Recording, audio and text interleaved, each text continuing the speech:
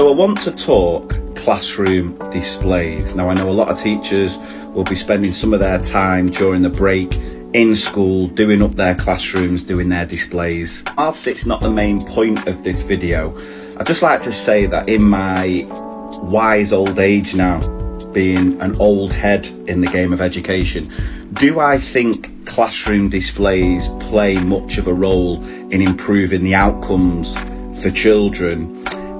No, I didn't always think like that. That's come with time. I think teaching really effective lessons has a much bigger impact than what your classroom looks like.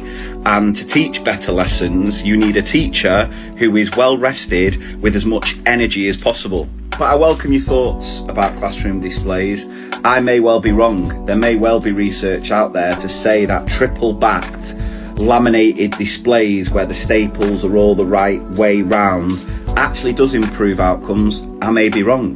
But the point of this video is that the other day I made the mistake of watching a video of a teacher, I think it was over in America, doing up their classroom. And this classroom looked unreal. And this teacher was going on about how she'd bought this from there, out of her own money by the way, which I know the system's different over in America, but it looks like the UK are heading in a similar direction. You know, because I watched that video, TikTok does what it does, which is go, oh, he likes this, let's send him more. And before long, my For You page is just packed full of teachers doing up their classrooms, making them look like a shrine to Hogwarts. Being an old head in the game and knowing exactly what social media is and how it works, I could see through that. But a few years back, a very young, naive Mr. P would have fell victim to watching those videos and feeling guilty. And I want to make it clear, I've got nothing against the creators, people who are making these sort of videos. I get when you've put so much time and effort into something, you want to show it off, you want to showcase it, by all means. But the point I want to make is anyone watching those videos feeling that guilt, thinking, oh God, I should be doing that. No, you shouldn't. Social media has this clever way of making us feel guilty and unhappy because we're constantly scrolling through everyone else's highlight reel. And no one ever shows the bad sides. Even I've had it before. I've had messages from teachers saying, Mr. P, how do you get technology working for you all the time? Whenever I see you using technology, it's always working perfectly. And do you know what my answer is? Well, I just don't share a crap lesson I teach, do I? I tend to post about things that work, but trust me, I've had some absolute stinkers of lessons, which is fine. It happens to the best of us. We're only human. And as long as I can learn from those mistakes, no harm done. I know there'll be some young ECT teachers or even experienced teachers watching this sort of content on TikTok thinking, God, I should be doing that.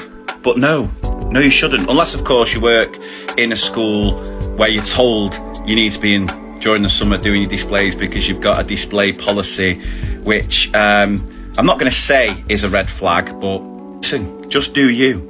Whatever you need to do to make sure you can be the best possible teacher come September, whether that's resting through these 6 weeks, whether that's dipping in and out of doing a bit of work, or actually going into school and doing your displays, it's up to you. The point I'm making is you don't need to compare yourself to anyone else. Because what you see through social media, it's a very small percentage of teachers posting and sharing a highlight reel, the best bits of teaching. And maybe I've even been guilty of doing this. What does a classroom need to be by September? Yes, it needs to be organised. Yes, it needs to be accessible.